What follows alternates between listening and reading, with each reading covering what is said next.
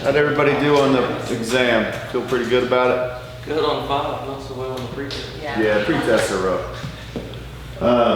So today, ethics and recognition is kind of a weird thing to talk about the two items, but how do they relate to one another? Like, why are they together? Any ideas? Ethics and recognition? Yeah. Well, I mean, say for example, you've got a new position to fill, right? And you've got these two guys, you've got Joe and Kate. But I like Kate better, but Joe actually did the work and he deserves that position.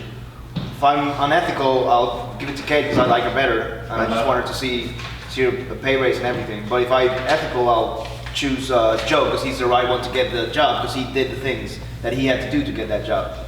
Exactly. So what we're doing is we're recognizing, what we want to do is recognize the ethical behavior that we want to perpetuate. It's pretty simple, really. It go back to motivation, positive reinforcement. We want to reinforce the behaviors we want to encourage. So that's why we've coupled ethics and recognition. Because if you disregard unethical behavior, what are you essentially doing? Condone, huh? Yeah. You're condoning it. You're encouraging it. So what we're focused on is creating ethical environments and then recognizing people for their ethical behavior. A lot of times we don't recognize people for ethical behavior, but what we do is condemn them or whatever for unethical behavior. So it's got to work both ways. People need to know what's right, but also in every microcosm of our business, every job site has its own ethical structure, right? Because the leader creates the ethical guidelines, essentially. And what we want as an organization is to obviously have overriding ethical integrity expectations, and then all those kind of flow down to the jobs and individual departments and everything else. But don't underestimate the power that we have in that arena. What we say great job on, what we don't acknowledge, all plays a part in what is and isn't considered ethical. Now, I would also say that we all have different ethical guidelines, ethical standards that we operate through in our lives, right? Guaranteed. And we'll kind of uncover that in a minute. But so a brief history on ethics. Ethical decision making has been mauled over, squished, crushed, and put back together for millennia. Since the days of Plato, who was a disciple of Socrates, and Aristotle, who was a student of Plato, in and around the 3rd century BC. So we're talking 2,300 years ago. The question of what is right, what is wrong, and what is acceptable to a given culture with given norms has been at the forefront of the debate for thousands of years. Okay? This isn't something new. People have been laboring over this forever. But ethics generally are the codes of moral principles and values that govern the behaviors of a person or group with respect to what is right or wrong. Now, what is right and what is wrong, that's the big gray area, isn't it? Because I know some things I think are right, and Matt's going to go, no way. Okay, so that is the question. And what the organizational standards or the societal standards are the norms we have to kind of abide by, sometimes whether we like it or not. Ethics sets standards as to what is good or bad in conduct and decision making. The question ethics deals with is what ought I do? Okay? So, we run into situations throughout our day, throughout our lives, ethical dilemmas. We don't know which course of action is going to provide the best outcome or the ethical outcome. And sometimes the ethical decision is the hard decision. It's not the easy path. Okay? So we've got to be prepared to deal with the consequences of both ethical and unethical decisions. A situation when each alternative choice or behavior is undesirable because of potentially harmful ethical consequences. Right or wrong is not clearly defined, and often it isn't. If you sense an ethical inconsistency, trust your gut and seek guidance. Get other people's opinions. What would you do? And a lot of times people will shed light on maybe some blind spots that we have. So I just thought this was interesting. As hi, Mom, we learned in school today that ethics and morality are stupid and old-fashioned. It's kind of, anybody agree with that or disagree with that? I mean, our societal norms. Ethics are kind of getting loose, if that's my opinion. I don't know how you all feel about it. Yeah. I think they change generation to generation. Sure. So. It swings one way and it swings the other way. And we're going to talk about some societal stuff that is on that swing. And it keeps coming back and forth. And because it's such a gray area. So, ethical issues in business. Governmental legislation as well as public opinion, like Susan just said, now requires companies to be good citizens and to be concerned for the general welfare of the community as a whole. So, Allie just stepped up here and I said, man, I like that shirt. Where'd you get that? She goes, oh, I'm going to Rosie's Girls today. So, that's HGC stepping up and giving back to the community, right? We have to be a welfare of the community as a whole. You're making an impact on hopefully a lot of young girls' lives. We don't have to do that. We do that because it's the right thing. So the range of moral issues that affect the corporation's activities is vast and is growing yearly in the public's view. These issues include the treatment of its employees, the company's role in assuring the safety and dependability of its products, its attitude toward the environment, and restrictions placed upon it to prevent pollution of the air and waterways, truth in advertising, personnel policies, hiring, firing decisions, plant relocations, on and on. So, think about work. Tom, just because you've got a lot of experience, what was work like when you started working compared to what it's like now, ethically speaking?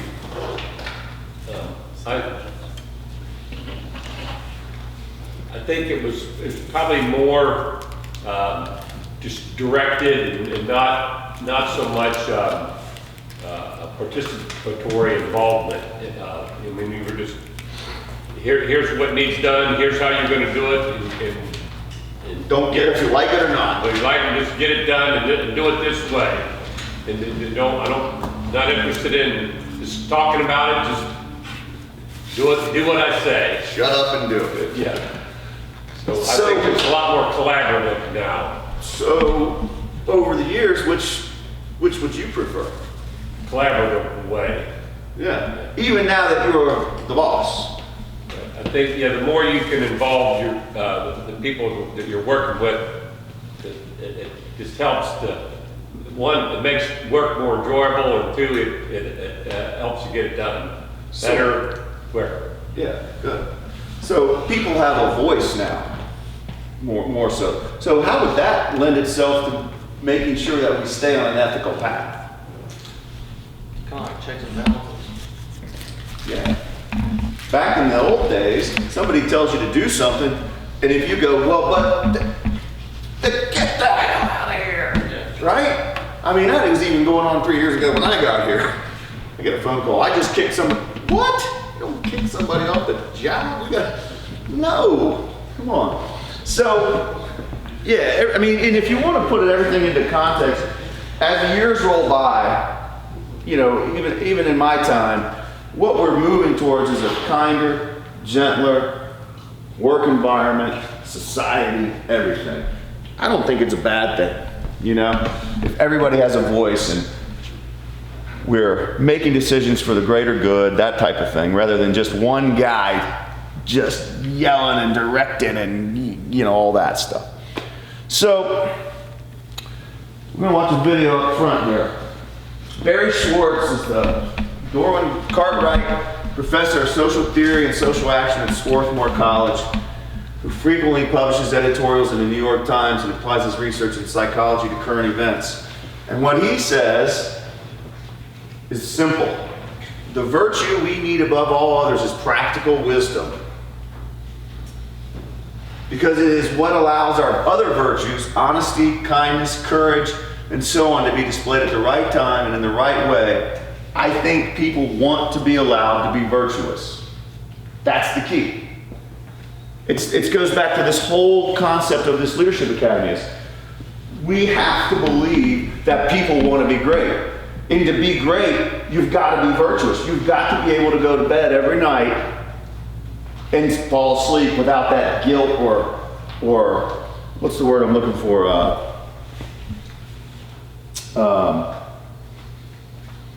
You're conscious. You got to have a clear conscience. And if you do things ethically, you can always sleep at night. So let's watch this video real quick. Watch your expense next year, that way. Get this room wired better. Okay, I would encourage you all to just pick up at about 4:16 or whatever and watch that. It's good. He gets kind of into some deeper philosophical aspects of what we're talking about. So give it a try. So social responsibility is distinguishing right from wrong and doing right. It means being a good corporate citizen. Back to Rosie's girls. And the formal definition is management's obligation to make choices and take actions that will contribute to the welfare and interests of society as well as the organization. Culture is the creator of ethical behavior. The culture that we push out there, the culture that we all embrace or don't embrace, is either going to build or detract from what we would want to be an ethical culture, okay? And remember, everything we do in the space between management, policies, and then technical skills, that whole area is where ethics is bred and born, right? What we do, what we put out there as leaders, is what other people will follow, right or wrong. So there's 4 tiers of social responsibility in business. Of course, in business, you're in business to make money. So, economic responsibility, which simply stated is to be profitable, okay? That's the first social responsibility of any business. Because if you don't make money, these other things are irrelevant. So, it's kind of weird though how it's set up. You're going to make money, and then you're going to worry about whether or not it's legal. And then you're going to worry about whether or not it's ethical.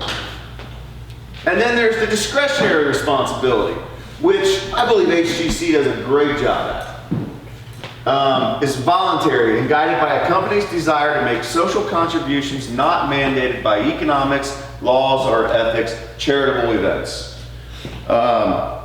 Janie can probably tell us, but HGC Group gives a lot of money to charities every year.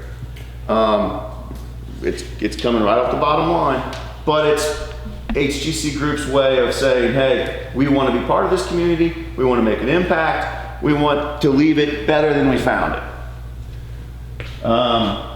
So, do you guys agree with the 4 of those and the order they're in? I don't see how legal can be number 1. I kind of feel the same way, Jacob. Like, you know, let's do some drug trafficking. Let's make some money, and then we're like, oh crap, we can't even do this legally. Well, I mean, you know, so it's. I mean, I feel like ethical should be one. I agree. Yeah. I think it should be first. Ethics should be first, yeah. I was gonna say, I feel like that is how it has been, and that is how it kind of currently structures, but whether or not that's how it should be is kind of, I think, a lot of the discussion happening, and has been happening for years. I think, Yeah. where I think individuals are consistently drawing attention to the times when businesses have functioned that way to the detriment of either employees or their surrounding environment, and then we have to fight for them to put ethics first. Whistleblowers. Yeah, and so why we don't just start from ethics to begin with is. Because you can't make money being ethical sometimes. Because it's legal, but not ethical. We're going to get to that. That's And that's awesome. a big thing. What are you saying, Kate? I was just saying, yeah, that's true too. Yeah, I mean, something can be legal, but unethical. And something can be ethical, yet illegal. Because ethics are in the minds of the people who are practicing them. Well, and is it sometimes determined legal because the business has a better lawyer? Yeah. Yeah. So you get this swing, right? We get this swing all the time. EPA requirements. It's legal, but damn it, it's unethical to pollute our rivers, you know? So it's gray. I just want to be clear on that. There is no answer to this stuff. So thank you, Susan. Well, sorry. Perfect segue. Sorry. So let's talk about it for a second. Abortion. I'm not asking anybody's opinion, but it's legal. And of course, a whole bunch of people think it's unethical. And then a whole bunch of people think it's ethical. Okay? Birth control, same thing. Same-sex marriage, same thing. But what about speeding? It's not legal. How many of you sped on the way to work today? Well, You liars, raise your hands. what's your threshold? I'm 8 miles The over. threshold is 56. Yeah. You're speeding. You are breaking the law. But is it ethical? Is it ethical? Who believes it's unethical to go 70 and 65? Well, I think it's also like the spectrum of the level of offense.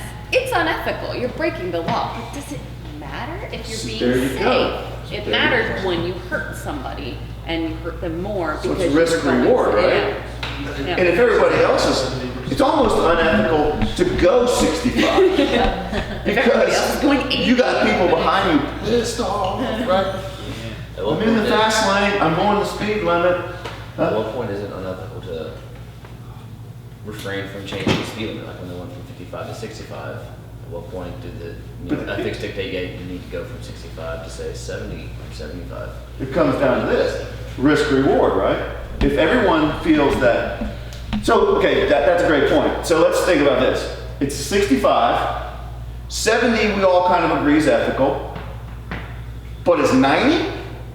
Yes. See, it's gray. It's unethical when you do 55 miles an hour in the fast lane and ride it like it's your own. I agree. So, That's meant for people doing But 90. it's unethical to be a, what's the word I'm saying? To cause other people to be unsafe, to cause other people to be, no matter which one you're doing, too slow, too fast, you know, just like I live on River Road and we talk to the police about it all the time, about the speed limit's 40. Well, I can be going 55, but I'm getting passed as if I was sitting still. so you're like, this guy going 60 is unethical, but I'm going 55 and I'm good going 15 miles per hour at the speed limit. But only because, you know, but if you don't, You're gonna get ran over. if you don't, You're endangering other people. you're endangering other people. So is that the point that it becomes unethical? That's what I was gonna say, is like, when you're starting to put someone else at risk for harm, that's when you're kind of crossing the line. But again, But if the only what reason I feel, if the only reason you're putting them at harm is because everybody else is being dangerous, it's yeah, like it's like you're not wrong. You are. It is unsafe because you're going so much slower than everybody else. But like everybody else is the problem to start with. And the police. again, you're going to get a lot of argument on Sure, that. Yeah, sure. I mean, But well, it's that what do they call it? The moving goalposts. right. You know, where like, and like you're saying, now it does make sense to campaign to raise the speed limit because it'll keep everybody else safer, everyone will be on the same page. But now we're like, it's not safe to go 70 miles an hour. If you get in a wreck at 70 miles an hour, people get hurt, people Damage die. will be done. Like, Well, so if you raise the speed limit to 80, guess what? people gonna start do going 85. 90. Yeah. Yes. You raise it to 90, people's gonna do 95. Actually, the police told us out loud that they won't even come down and patrol during rush hour because it's unsafe, To pull somebody over. not only to them, But But to everyone the- sees a cop and they slam on the brakes. to and- the other people. Mhm. They, so they quit even, so we just have to live with it, basically. She didn't tell me in those many words, she kind of tiptoed around it, but So don't call me Move or again. deal with it. just, quit bitching about it because, Right. we're tired of hearing it, we're not gonna do anything. I mean, it's an interesting debate, and you can see why people get college degrees in this, because there really is no right answer. I mean, you just, but I think we kind of, So no, you can go ahead. go. Well, I live on a fairly quiet road. It's a 30-mile-an-hour road, and my house, I got a neighbor on the right, on my left is the entrance to a park. There's a stop sign right there, and it's a long, straight road. Yeah, Other than the entrance to the park, there's no reason for a stop sign. And you're only going 30, 35 miles an hour anyway. yeah. 9 months out of the year, there's nobody in that park. It's only, like, they don't even play weekly. It's just one day a week. Like, it's not every day during the week where there's baseball games or anything. One day a week there's tournaments, maybe twice a month. Yeah. So the other 9 months, people do 40 and don't even stop sign. But cops, those are the months that cops sit in the park and wait for someone to run the stop sign. Out of 5 years living there, they never sit there during the summer. Well, so, When there's kids there, when they should be sitting there. oh, Because people run it year round. But the 9 months out of the year that the park isn't being used, when there is no kids, and most of the people that live around there are locals and they know that, not saying it's right to run the stop sign anyway, because at any point in time there could be kids there, but when there's no reason to stop, that's when the cops sit there and try and get their tickets. So it's unethical on both ends. kind of seems like It's it. very unethical. And that's what they do. Yeah. They don't patrol during rush hour, but they'll patrol during like lunchtime. Right, Cops won't sit there when there's, when everyone's still going 55. Well, not everyone, but, they'll wait Right. for one person to, they'll get you when you're, or in the middle of the night when nobody else is around, and you're. So, have we stumbled onto something? Does something, for example, this scenario, become unethical when we, as individuals, feel that we could endanger someone else or harm someone else? So then that goalpost or guidepost of what I feel my speed to be harmful is probably different than most everybody else's. Mine. Yeah. Well, I think it also brings up the whole other giant gray area of intent, because I think we all give somebody, like, anytime somebody whizzes past you, I usually think like, gosh, I hope you've got a woman in labor in Right. your passenger seat, because I'll cut you slack if your reason for speeding is this imperative, like, saving a life situation. So While you're it's- endangering everyone around you. But your goal is to save the person near you, and so it's So then it becomes that risk reward, Right. right? It's- I gotta get my wife to the hospital so this baby isn't born in the front seat like Kelly's friend. and I'm willing to risk other people for the safety of my wife and child. Whew, we just stumbled onto something else there. Yeah, it could be said you're doing 90 miles an hour. If she's in labor, That's she's carrying your kid. yeah. And you crash. Not even that, your tire blows and you'll Yeah. lose maybe both, All three of you. all three of you. And yeah. maybe the people around you. Exactly. So, is it safe? No. So you're still endangering people. Right. I was actually playing volleyball last night, facing the road, and I saw an accident. A little Civic came crashing into this Buick SUV, and it went careening off the road. And a bunch of people ran out there just to make sure everybody was okay. And there was a beef jerky stick with one bite taken out of it that I surmised came from the guy in the little Civic who hit the Buick. Because the windows were open, I surmised that the car was stopped, turning into the place to play volleyball, and he was unwrapping his beef jerky, and there was one bite. And it was sitting right by his car. I thought, So, it was one of those ones with the two, so I could have pulled out the one and had the other one. the other end. Yeah. So, I mean, you could go on and on for days about this stuff. You know, texting. It's illegal in some places. It drives me crazy. Yeah. Well, again, we need to keep this show on, but the people that sit and text at stoplights, is that in danger? Is that dangerous? Could be. It could be. But they're willing to take the chance. Anyway. So what we've really discovered is that all of this is gray and everyone has different ethical boundaries. But that's the point, is that there is no absolutes in ethics. So, and this is why. We are all changing, actualizing potentialities. Over some of these changes, we have virtually no control, such as the sudden pain from a bee sting or the excretion of certain glands. Over other changes, we exercise control, and we call these changes or motions voluntary. The task of ethics is to analyze and assess the nature of and conditions associated with these voluntary motions. So when we have a choice. In other words, ethics analyzes and assesses the potentialities that are open to human beings and seeks to provide guidance for humans when they are confronted with competing alternative potentialities. So, right? I don't need to go on about that? Good. So here, let's talk about various ethical perspectives. Egoism is an ethical system basically where you do what's best for you screw everybody else. Okay? Doing the right thing, the focus of moral philosophy is defined by egoism as do the act that promotes the greatest good for oneself. How many of us practice this? I would say everyone practices it. At some point. At some points. To some degree. For sure. If everyone follows this system, the well-being of society as a whole should increase. Now these are theories, right? This is gray. So I'll do what's right for me. I don't care about it. None of y'all. Right? Now that doesn't work in our society because me having that approach, I don't have anybody to hang out with. I got nobody in my life, you know. And then Gandhi says, in egoism lies all trouble. So he's going absolute, which is probably not the right approach.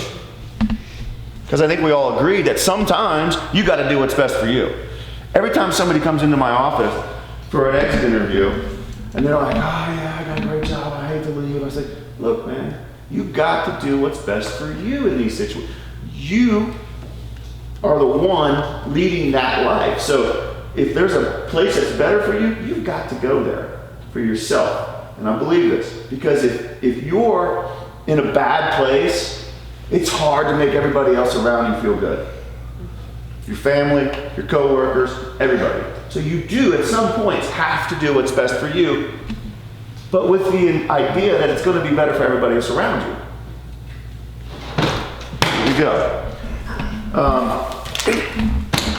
So that's one theory. So here we go. Let's talk about an egoist. Does anybody remember a movie from the 80s with Patrick Swayze and Ralph Macchio, the Karate Kid, and all those guys in it called Red Dawn, where a communist army invades a town, Joe does, in Colorado, they parachute in, okay? So that's happening right now in Cincinnati. These little dudes in the backwoods. Yeah. Yeah, and they're picking them off. Wolverines, right? Nobody's seen this movie? It's a great movie. I've seen it. Great movie, okay. It's a great movie. So let's say that's happening right now in Cincinnati.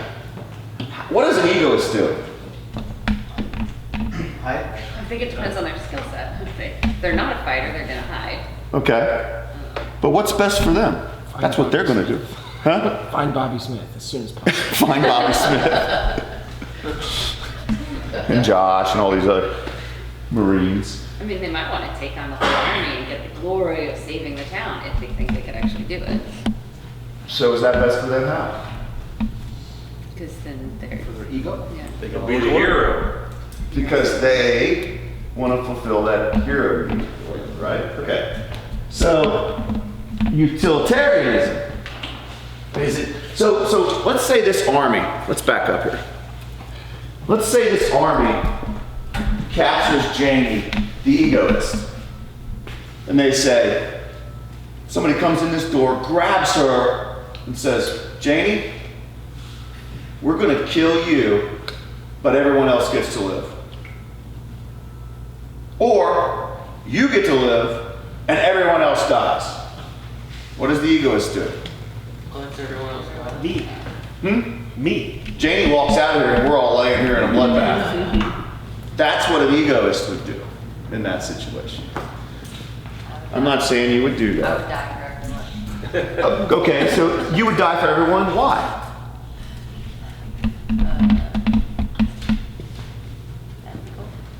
Well, I've had to think about this a lot.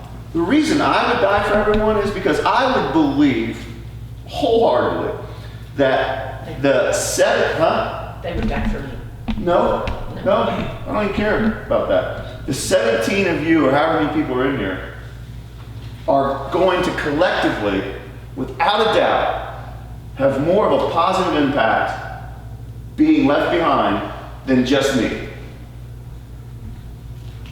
You would have to be a real, egoist to think otherwise. That me staying on this earth opposed to all of you is better for everyone. How many people are going to be hurt by all of you leaving? I can tell you there's a few people that would be hurt by me leaving, but hundreds. Okay? So that's the next thing we're going to talk about is utilitarianism. It's an ethical system that believes that decisions should be made with the greatest good in mind. It is nearly opposite of egoism. This means that for a decision to be ethically sound, the greatest number of people would benefit from the decision, even if a few had to suffer. So Janie she'd say, take me, kill me, so everyone can live, okay? I will sacrifice myself if I believe it is better for the entire group. So this little cartoon, I don't know if you can see it, it says, I'm afraid that kidney went to someone who can write code. So he's on the list for kidney transplant, but obviously his contributions to society aren't nearly as great as the other guy who got it. Or at least in that doctor's mind. So they sacrifice this guy for the guy who can program. So relativism. So a utilitarian would do what Janie did. Say, take me. An egoist would say, nah, kill them all. Relativism is based on the opinions and behaviors of other people within a person's sphere of influence. The relativist holds that there are only the norms that a particular society sets up, and these norms vary greatly from one society to another. You know there's still cannibals out there, right? There really are in New Guinea, right? People who eat people. Well, all of us, I mean, Janie's face, I wish y'all could see it. Right? But these people in New Guinea are going, I want that thigh, right?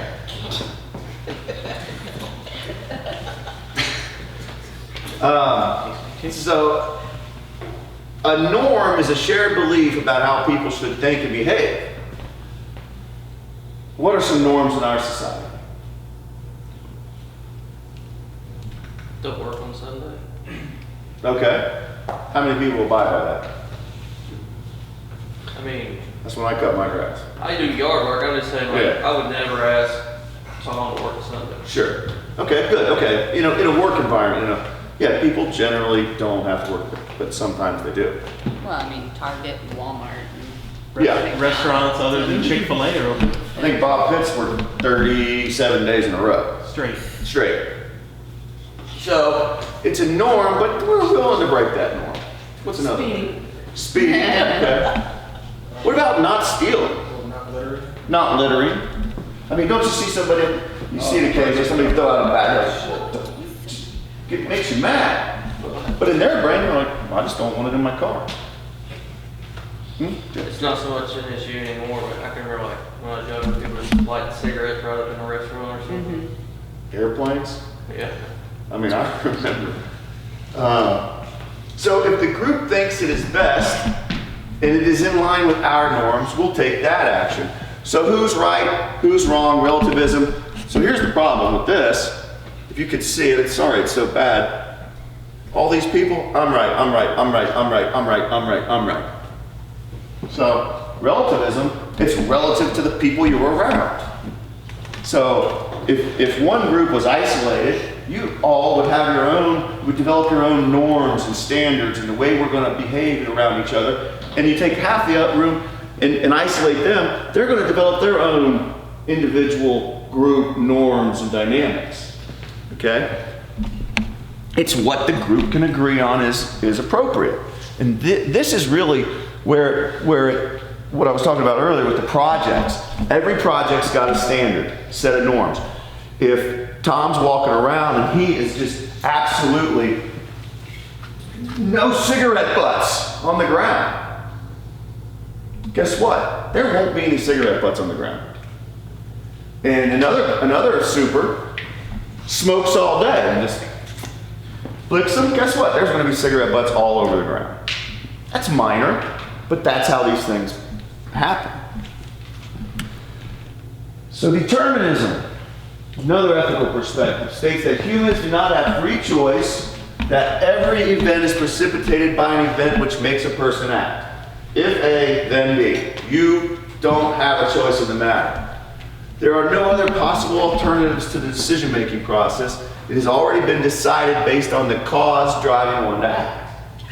How many of you believe in this? Like the Matrix? Sure.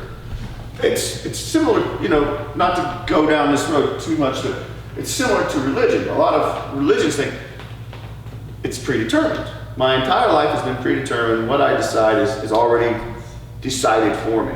It's fate. It's fate. So where does that leave us as individuals? I feel like I had the decision to come to work or not come to work today. But this is one of those that goes really deep too. What's the, go ahead. My husband was reading a book that he's trying to get me to read. It's a little heady, I'm having trouble with it. But he got very excited about this one chapter because it discussed free will and that there have been some neurological studies showing that the timing in which a person decides to like raise their hand, that something's happening in the brain that basically like the decision is made before you've consciously decided to choose to raise your hand. And I don't know how they figured that out. But it was this premise that like the author was asserting that free will doesn't actually exist. But rather than taking that fatalistic view of like, well, so then nothing matters, he was proposing that it kind of challenges us to reassess the way that we judge other people and recognize how much environment and social things play into who we are. And so then like, are we punishing the wrong things because did that person really have control over? Anyway, it hurt my head, but it was really interesting. So, I mean, take it a step further. Are you born and your life is already like, you know, your death day is already you know, right. Yeah. It'll make your head spin, right? But like Kate's saying, the opposite of determinism is free will. The ability to make decisions on a moment-to-moment basis based on the inputs you're observing. So one says, I can do whatever I want, whenever I want, because that's who I am. The other says, it doesn't matter what you feel or think, you're gonna do what's already been prescribed. But what you said is gonna make me think about See, but I like this stuff. I can go on and on about it. So the cartoon, I wanted to draw a comic about free will, but I decided not to. Which is a comic about free will. Yeah. I think, how many of you do believe that free will is the way we operate, or that determinism? Free will? I think it's somewhere. Determinism? Determinism could be based on all of our nature and nurture and all that. It drives you crazy. It's almost stupid to even talk about. But the reason we got to talk about it is so that we at least know that it's there and that these are the operating procedures people go through. So the moral rights perspective believes that human beings should not have fundamental rights infringed upon or taken away due to an ethical decision. If they do, the decision is unethical. Thus, an ethically correct decision is one that best maintains the rights of those people affected by it. It is every human being's right to be treated ethically. What's the big question here?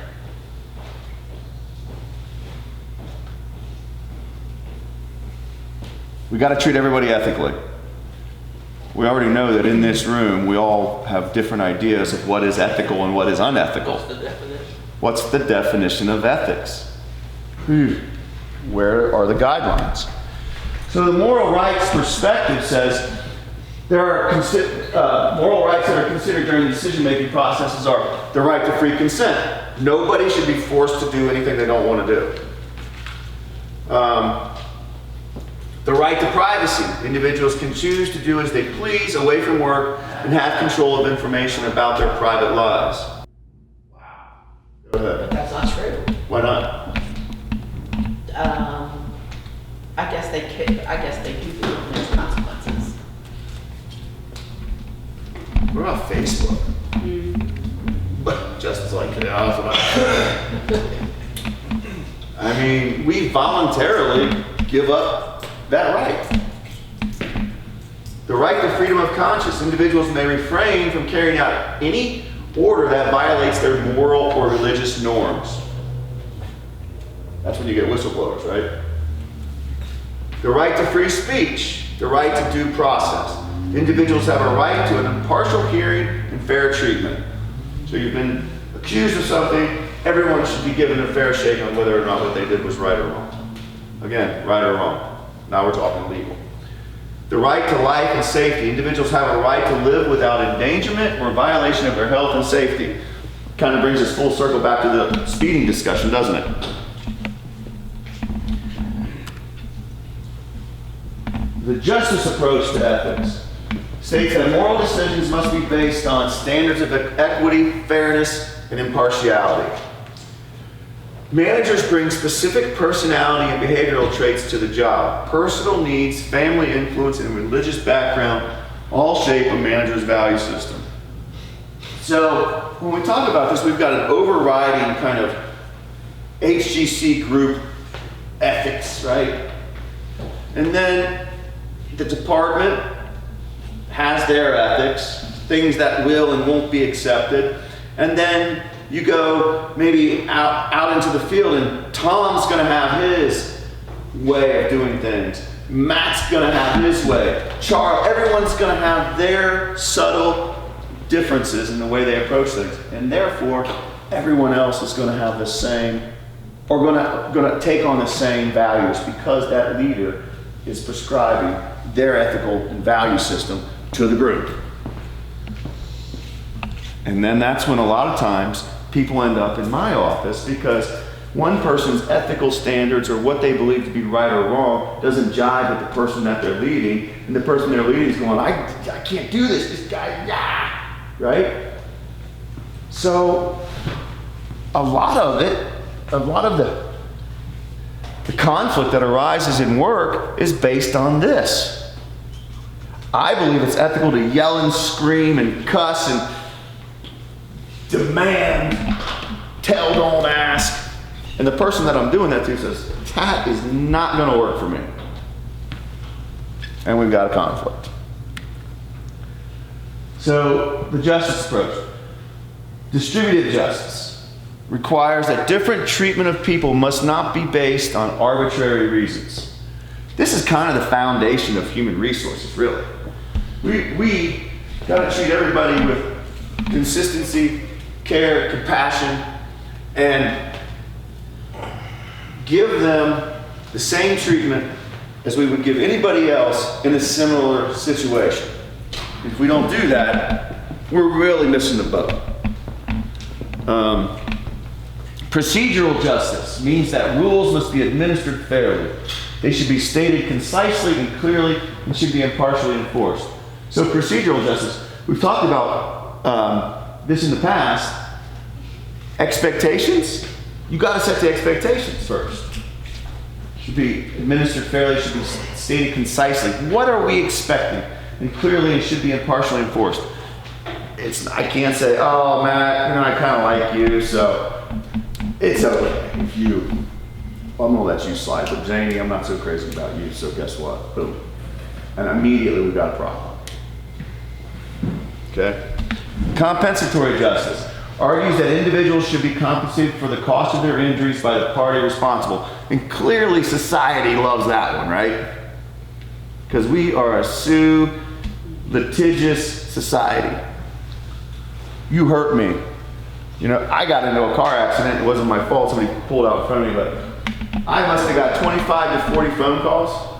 And even, From lawyers, from chiropractors, from everybody. Are you sure you're not hurt? I'm like, I'm not hurt. I know where you're going with this, but I'm just not hurt.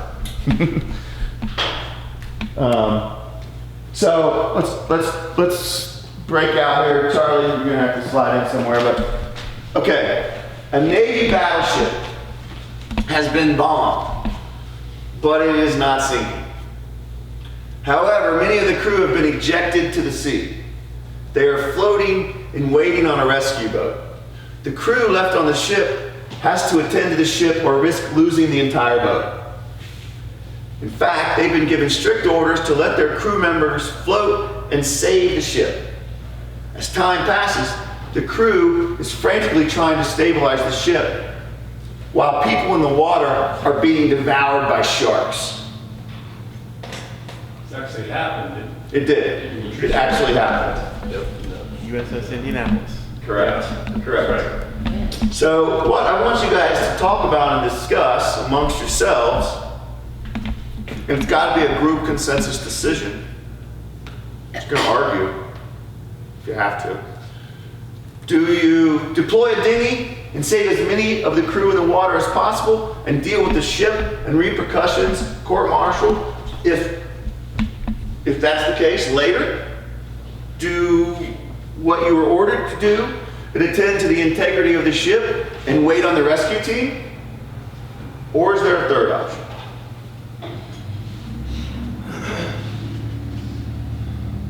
Go. Talk through it. Let's hear it. It might be easy, it might be hard. I don't know.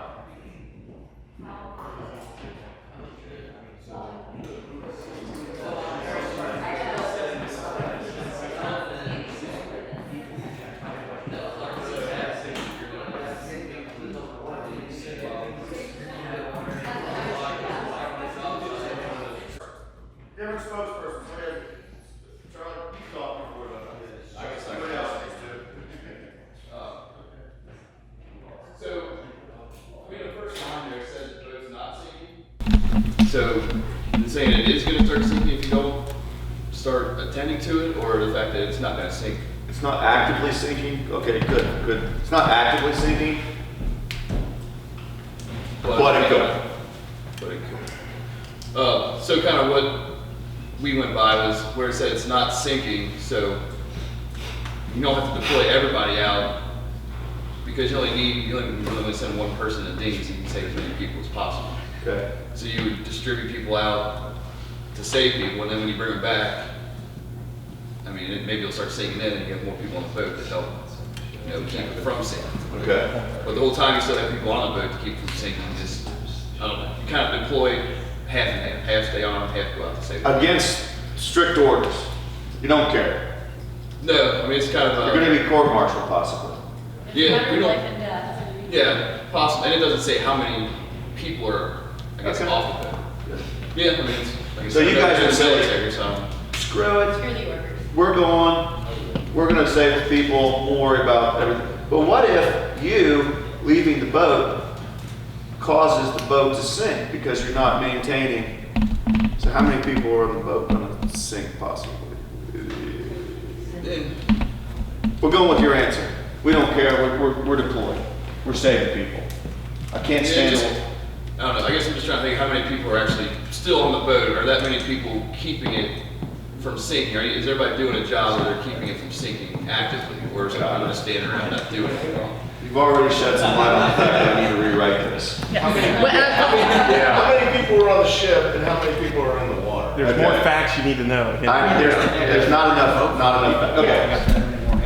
Who else? We had a similar decision, I guess, not knowing all the facts, but we kind of put ourselves in the moment and then comparing it to like our life, like a job site. Typically, there's probably a few people standing by that really don't know what to do. Right. And Matt made a good point. Your lead mechanic may be one in the water, so I think you got to assess the situation. Who's on board versus who's in the water, and depending on the number of people, the ship isn't actively sinking. Surely to goodness, two guys who wouldn't be very beneficial in fixing the ship anyways could jump in the dinghy and save as many folks as possible. Because if you know you're going to lose the ones that you don't save, and then there's a risk that you could save them and the ship. So it's like you said earlier, risk versus reward. And then like even the consequences, the court martial, I think the reward of the family members that you save is going to outweigh any consequence, at least in my mind. You'll be able to sleep at night. Well, maybe one of them's got like a rich uncle that throws $1 million. Saves his niece and nephew. I like the way you think. Good deeds are always rewarded. Maybe not immediately, but. But then we also said if somebody doesn't save the boat, maybe everybody knows. We could like the utilitarian approach, I think. That's where you guys landed. Yeah. Screw the orders. With a little bit of egoism in there. Yeah. $1 million. We're gonna land with the outside chance that there's a rich uncle somewhere. How about who wants to go? You guys? Damn the torpedoes. So we went with saving the people in the water. One of the things we came with is, so all the guys we sent to the water, ejected to the sea, they were sent there because at one point the boat could sink and they could die in the sinking boat. Sure. So you throw them out and you see they're dying because the sharks are eating them. You want to save them. You threw them to the water because you wanted to save They them. got knocked off in the collision or the torpedo or whatever. So they inadvertently were put into the water. You want to save them anyways, Yeah. and we would go and get them out and then deal with the court or whatever. Okay. Because I mean, people's life is And more theoretically, a court martial involves the jury process. Fair trial. Exactly. Right. So you have a That's a chance to present the information that you have, and they can see that you had, hopefully they're on your side, and see that you made the best decision you could with the information that you had. Have you ever seen A Few Good Men?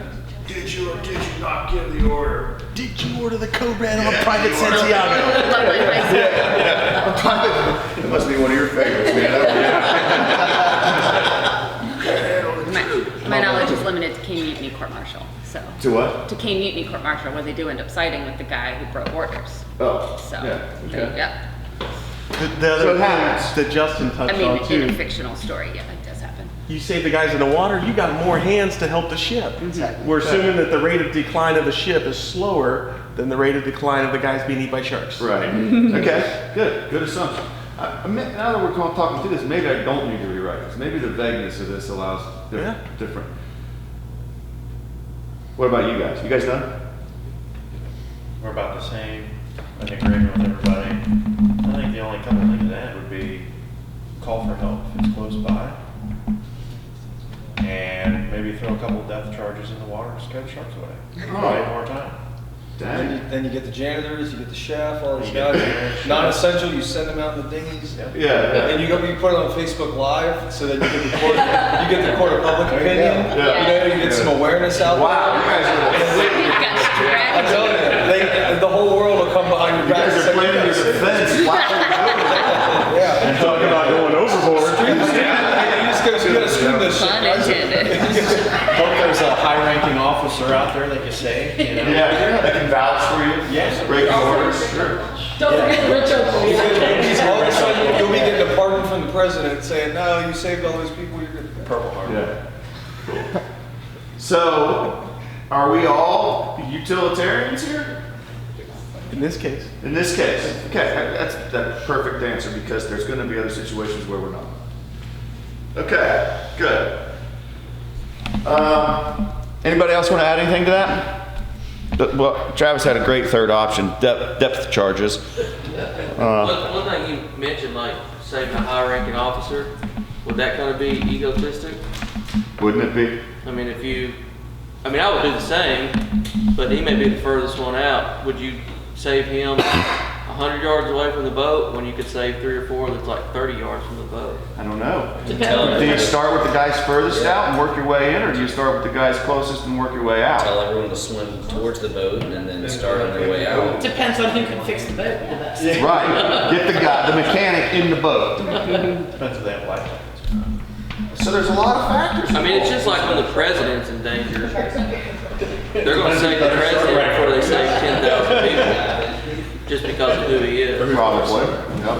Right, wrong, or For sure, indifferent. ain't no probably about it. Yeah. Swim in high school. So it's like, Keep swimming. it would be like a lot of decision making very fast. You would have to be making snap decisions. It'd almost be kind of like what Kate was saying earlier about the lack of free will. Like does your mind make the decision before you consciously think, okay, here's what I have to do? Or is your mind, your training, your body just automatically jumping into, this is what I'm doing, then all of a sudden your mind's like, this is what I'm going with. Well, I'll give you an interesting example. This accident that happened last night. One of the guys that we were playing against, I mean, everyone kind of moseyed over there, what the hell am I gonna do, right? This dude, barefooted, went streaking across the lawn, over the sand, jumped the fence. He's out there, and he gets there and there's nothing to do. But I'm looking around going, gosh, what's the matter with me? I mean, this dude is like gonna save the day, man. And I'm like, God, that sucks. That wasn't me. You can the run bystander 60 seconds faster, that could be the difference. Maybe he's a in life and death. paramedic though. Maybe he Or a was. doctor or something. Yeah. Matt, you're under the bystander effect, it's okay. Right. Me and a whole bunch of people are just like, Yeah, you're just kind of, okay. someone gonna do something. Hope they had airbags. I can lift stuff. That's all I got. Kind of fun. So, when we talk about personal moral development, now see, this is going to be a little bit different than what we just went through, which was group morality. But personal moral development, it's extrinsically motivated. What's extrinsic motivation? External motivation. Something you're doing it because you want some reward from the outside, right? So, of moral development finds people concerned with external rewards and punishments. Okay? And they obey authority to avoid detrimental personal consequences. In an organizational context, this level may be associated with managers who use an autocratic or coercive leadership style, with employees oriented toward dependable accomplishment of specific tasks. So, clearly, none of us in here would fall into that category. And each one of these levels has two kind of subcategories in it. But this is, you don't do anything against the grain because you're so concerned about repercussions by breaking the commander's orders. You're paralyzed by that. You have no internal moral code, right? Where life is more valuable, than the boat. So, 2, it's again extrinsically motivated. People, it's the conventional stage. People learn to conform to the expectations of good behavior as defined by colleagues, family, friends, and society. Meeting social and interpersonal obligations is important. Work group collaboration is the preferred manner of accomplishment of organizational goals, and managers use a leadership style that encourages interpersonal relationships and cooperation. Again, this is still based on what's happening outside of us and how our actions are going to be perceived by those people, and are we going to be accepted or not. It's still extrinsic. The third level, or post-conventional stage, is where the groups, all of you, generally fell. You were willing to sacrifice yourself at your personal detriment for the good of other people. So it's intrinsically motivated. Moral development finds that individuals are guided by an internal set of values and standards and will even disobey rules or laws that violate these principles. internal values become more important than the expectations of significant others. And one way or another, you all said, we'll deal with the court martial after we save these people. Because whether it's conscious or subconscious, you know you're not going to be able to sleep at night if you have to stand there and watch people get eaten by sharks. So as a group, and I know there's some group pressure, and I'm not naive to the fact that some people are like, but as a group, we come together and decide on what is the best action. So, and here it is.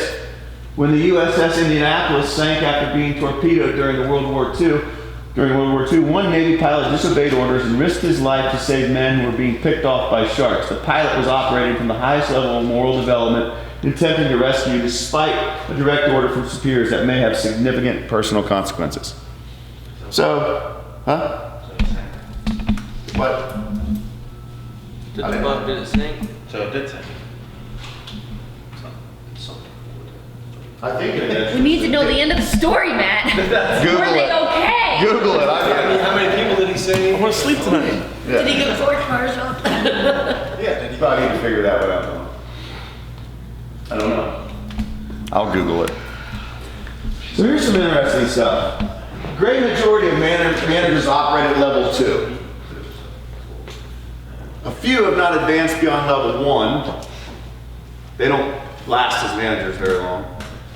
And only about 20% of American adults reach the level 3 stage of moral development. But yet 100% of us decided we wanted to operate at the post-conventional level 3 stage. So did they only study Americans? Maybe. Yeah, I don't know. What about, European adults? Or any other country? So, but think about that for a second. Are we just a really anomalous group? Okay. Well, I think the story you presented is a bit easier to make that decision. I think when you start intermingling personal moral development with business morality, it gets harder, especially as a manager, because people's employment is deeply tied up with their ability to have a full life. Mm-hmm.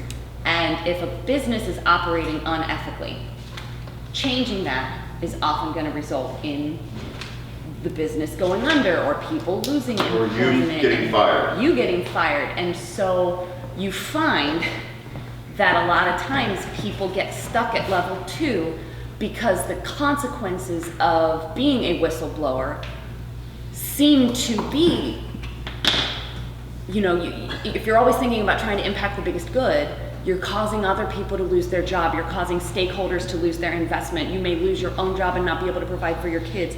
And so going along with an unethical business model seems like the ethical choice because you've got to look out for the people around you. So then are we talking egoism or are we talking utilitarianism in that decision making? I think it seems like utilitarianism, but if you step, because you're looking at your immediate circle, but if you step back and look at the big circle, I mean, I'm thinking of all, like DuPont chemical that's poisoning the water and is impacting the environment, is impacting farmers who are getting cancer, which is impacting the structure of our agricultural system. Like that, when you start looking big picture like that, then you do have to negatively impact the people in your closer circle, which seems so not what you want to do. So you could take that to another level where you have no other option but to be the whistleblower because you can't live with it. And therefore, think about this. You blow the whistle, what kind of example are you setting for the people in your life? Whether it's your kids, your spouse, your friends. Well, you're setting a good example, but in the moment they may not appreciate it because how are we going to eat? Because we don't have, right. So, I think if you look at any of those stories, and I'm an American, so most of my references are movies, but if you look at like Erin Brockovich, and if you look at the story about the radium factories, like there's always the family members that are asking, why are you fighting? Why are you doing this? Give up, just let it go, and Because they there's truly these are movies, post-conventional yeah. level And that's 3. why movies and plays and songs are written about them, Yep. because once we're able to step back and look at it 30, 50 years later, we're like, oh, It just they takes did the right guts. thing. It was just awful to do it. Painful. And it takes guts. And it's scary. I kind of was put in a position at a former job years ago where the wife came in and took over the company, and she went up to me to move money from this account to this account to pay stuff for that account, and look. And I said, no. Wait, what? You know, do it. It's like, and she gets, well, if you don't do it, I'll find somebody that will. I'm like, see? Well, I mean, and I got, she fired me, but, well, luckily I got a job before my severance was up, but, it Right. was like, I had to think about, oh my gosh, how am I gonna feed my kid? I'm just thinking, Mom, but I'm not gonna go to jail for this woman because she wants to do this game here, and if I'm in jail, what good am I gonna do my kid? So, it's Right. like, see ya. I mean, I was in a situation in Denver. It was an imaging center. And, I mean, I had a stack of employee complaints that were ruthless, and that this is my team basically that they're complaining about. So I'm trying to figure out how to navigate within my team and get people to kind of understand why everyone hates them, and was not making any headway because the CEO, her best friend was the COO, and his wife was the office manager, and the husband of the CEO was the courier. So, I mean, I wasn't going to win this, but I was young. And honestly, I didn't give a shit. I mean, I had everyone in this building coming to me going, there's problems, Matt. We need you to help us. And I'm going, all right, let's do this. So I contact the corporate office. The facility now is for sale, and the radiologists who work there are going to buy it, and I know all these guys. And as I'm kind of throwing up red flags here, and I just had a son, and I have a son on the way. And I'm calling the corporate office. They said, send us what you got. And I send them a whole bunch of damning stuff. And they come in, because through the due diligence process, what's going to happen is they're going to talk to me. The radiologists are going to pull me in, sit down, hey, what's going on? What do you know? What do we need to know? And clearly, I was going to tell them everything that I knew. So they came in, the corporate office flew in from Chicago, and said, we're going to go in a different direction. The person that I had been training, we're just going to let them do what you do, and we're going to cut your severance. And I was like, okay. I did all I could do.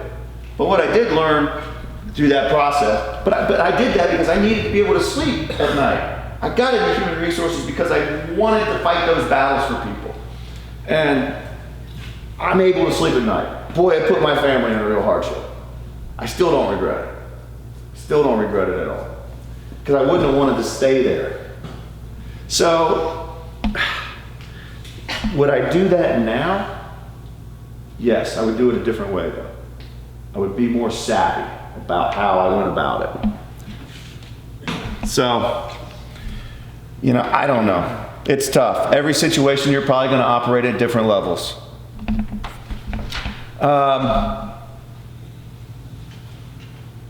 Okay, so here they are kind of broken out a little bit more. Pre-conventional level, stage 1, punishment and orientation. Right or wrong, it is determined by what is punished. Stage 2, naive reward orientation. Right or wrong is determined by what is rewarded. Same thing. Good boy, good girl orientation. Stage 3, this is the conventional level. Right or wrong is determined by close others' approval or disapproval. So we can think about our children growing up and coming through these stages. Everyone's born at level 1. They don't want to do things because you as the parent go, no, no, no, no. They don't want that. Stage 4, conventional.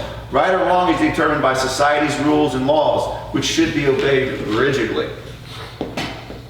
So that's just getting by. You're just trying to stay within the rails and not crash.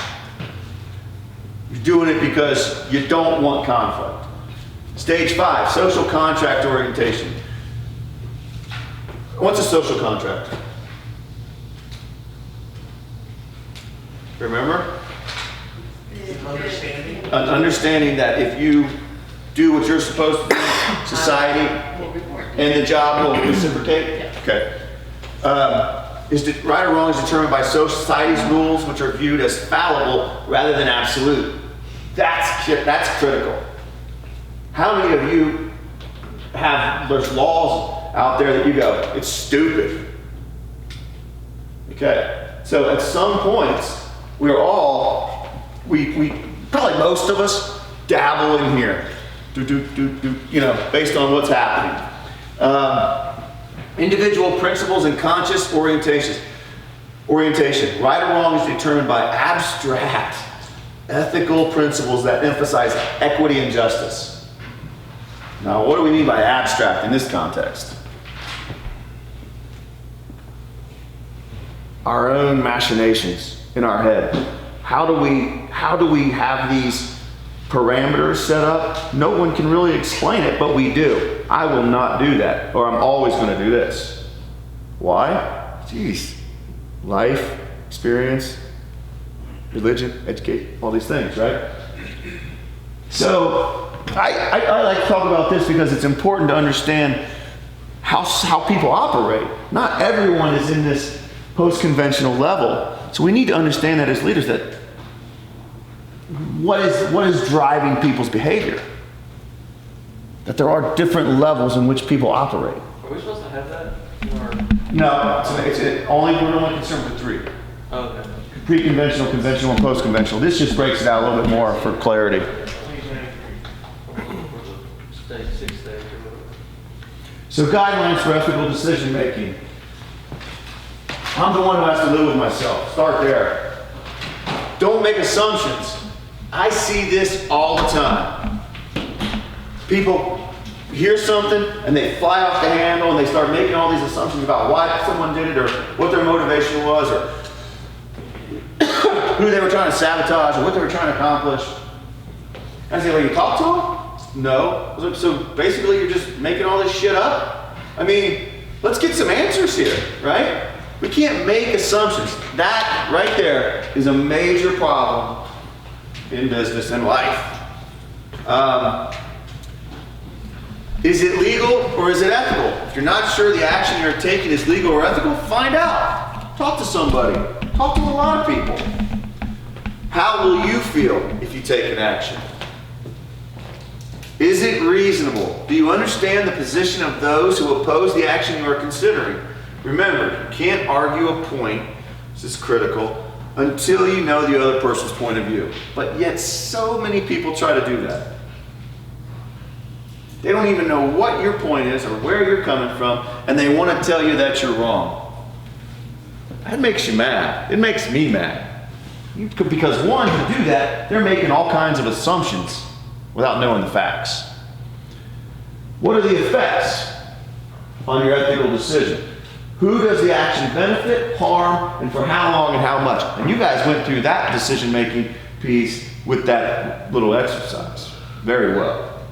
Transferability. This is a big one. Would you be willing to allow everyone to do what you are considering doing? Or is it just okay for Jacob? Because I know Jacob knows way more than everybody else. I can make this decision, but you guys can't because you're... Okay? Transferability. Consult experts. Are you proud of the decision? Go back to Susan. Go back to our stories. Proud of that? Yeah. Why? Because I did the right thing. To you. For you. Legally. But for you. You did the right thing for you. I did the right thing. For the company? For the woman? For who? Well, See? There's nothing wrong. The right thing. Did I do the right thing? Yeah, for me. I did the right thing. I did what I had to do. Was it right for everybody else? Probably not. Because what I learned through that process is, if I'm not there to help these people, Who's helping them? So what I really did, through probably a little egoism, is jeopardize everybody else. Because now, the person, me, that they were coming to, isn't there. So where are they? They're left dangling to deal with But this on their own. My situation was illegal. Sure. So it was legal. You were able to sleep at night. But Susan, It was it's not being illegal. naive. People do what you were asked to do all the time. They don't go no. So you had to be able to sleep with yourself. Just like me. So creating ethical cultures through recognition. Remember, be the culture you want to create. Live it, practice it, and tell people about it. Workers were asked to rank a list of motivators from 1 to 10 in order of importance. Workers rated appreciation for a job well done as the number 1 motivator. Thanks. Number 1 motivator. It wasn't money, it wasn't anything else. Appreciation. Supervisors ranked at 8. So supervisors go, that's just their job. What do you want me to do? Thank them every time they hammer a nail in? It's not what we're talking about. Employees ranked feeling in on things as the number 2 in importance. Their managers ranked at 10. How do you make sure people feel like they're in on things?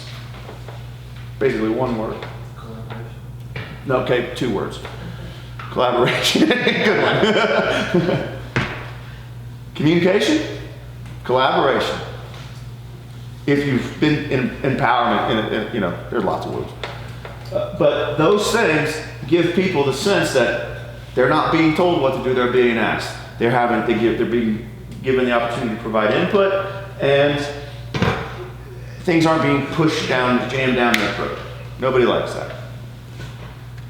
So let's talk real quickly, keys to positive and effective recognition, because this is the number 1 motivator as described by employees. So instantaneous recognition, reward the behavior when it happens. 2 weeks later, and Josh Shiflett was in the First Academy. You all know Josh. You know what he says to this? He's like, yeah. He's like, you can't swat a dog 2 weeks after it crapped in your kitchen. It's perfect. It's the opposite of recognition, but it's the same thing. If somebody does something, Matt does something great here, and then 2 weeks from now I go, hey man, what you did back 2 weeks ago was really awesome. He's like, what are you talking about? There's no power there. So let your egos go and say, hey man, great job. This is why. Be sincere. Tone of voice. We know about all this. Eye contact, body language. Stop. I told you about the COO, who's the best friend of the CEO of the place in Denver. He would do this. It would drive me crazy. He would come into your office, and go, and he would hold the door handle. And he was always ready to just walk out. He would tell you stuff, and he was just ready to always just leave the room. Like, dude, just stop, Dave. Be specific. Avoid generalizations in favor of details. We're going to get there on the leadership challenge. You've all probably seen that a couple times now. We're still talking about really broad, general stuff. I want to whittle that down to specifics. What did you do specifically to make my life better? No, he's a great leader. And we'll get there. Personal praise. When possible, convey your praise in person. An email's okay, but man, you walk into someone's office and go, look them in the eye and go, thanks, here's why. Be positive and stay positive. Do not undercut praise with a concluding note of criticism. Take the opportunity of the situation and make it positive. So what I say is, do not do this. Hey, Jane, I really appreciate the way you interacted with Matt the other day. Those antidepressants must really be working. I mean, people do that, Wow, you really look great. Diet must be, come on. People do that though, it's passive aggressive. Be proactive, praise progress toward goals. Otherwise, you'll tend to react to the negative, typically mistakes in your interactions with others. No one ever gets tired of hearing thank you, do you? No. But yet we're so stingy with those words. In our personal and professional lives, we're so stingy. You know, one of the struggles most HR people have is, you know, you're thought of as the person who fires people, right? So, what the last thing you want as an HR person is to walk into a room and people go, oh shit. So you got to spend time talking and interacting in non-professional ways so that you're not the, oh shit, he's here guy, right? We've all been around people like that, you know? So I don't know if I'm not doing a good job of that because I want to. So creating positive feedback. I saw what you did. Be specific. I appreciate what you did. Here's why I appreciate it. Here's why it was valuable. Explain why it's important. And here's how it made me feel. Give an emotionally charged, you know, explain how what they did made you feel or how it made the other person feel. Why it's important, right? That's where the people are going to take from. So, we're ahead of schedule, good. So, in conclusion, to bring it all together, reinforce and recognize the ethical culture you want to create, the ethical culture you want to be in, the ethical culture you can sleep with at night. We all do have that power. It takes a lot of bravery, though, to do what Susan did. It takes courage. Okay? But just remember, ethics deals with what I do, and what I do is the question of what is right and what is wrong. Okay? Anybody have anything they want to add? Or anything?